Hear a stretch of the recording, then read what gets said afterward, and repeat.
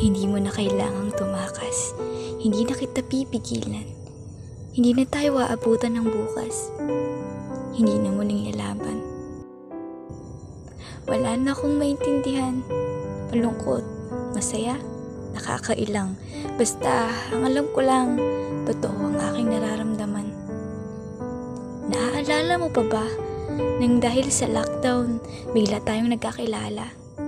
Nang dahil sa pagnanais ko na muling lumikaya, nang dahil sa takot na habang buhay akong mag-isa, nang dahil sa paghahanap ko ng atensyon ng iba, nang dahil lang dun, aksidenteng nabuo ang kwento nating dalawa.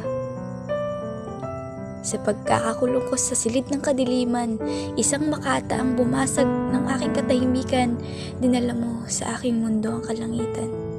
Lumiwanag ang magulo kong isipan, binaramdam mong di ako mag-isang lumalaban. Ilang daang milya man ang ating pagitan.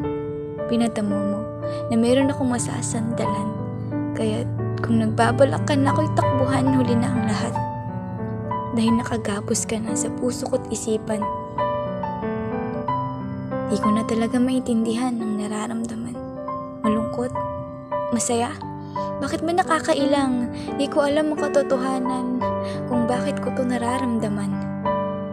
Hindi na mawala sa aking isip itong makata kahit na nakakatakot ang face mask niya. Hindi to maaari. Kailangan kong makawala kahit sa isipan ko ay kayakap ko siya. Hindi ko man mapagkasya ngayon ng ligaya. Marami pa naman ang bukas at ikalawang araw na magkakausap tayong dalawa. Nang dahil sa pandemya, marami nang nagbago. Unti-unting bumagal ang ikot ng mundo, maraming emosyon ang natuklasan ko. Malungkot, masaya, at nakakailang, yan ang sabay-sabay kong naramdaman, ngunit ang kasiyahan ay may katapusan. Kung paano kita nakilala, dun din ang hiwalayan. Hindi ito tama. Hindi ito dapat mangyari, kaya nga naghiwalay tayo nang wala man lang pasahe. Hindi ka payag na ako'y mawala. Paano mo nasabi? Hindi ko na talaga maintindihan.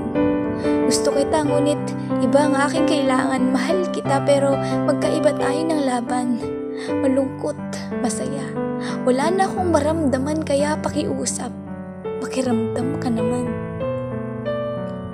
Marami pang babae dyan ang makikinabang. Marami pa ang mas deserve mong alayan. Sana sa oras na yun ay sumaya ka na ulit kahit mahirap tanggapin at kahit masakit. Pasensya ka na. Nadala lang ako ng kalungkutan. Pasensya ka na kung di na kita masusuklian. Pasensya ka na kung hindi na kita kailangan at pasensya ka na.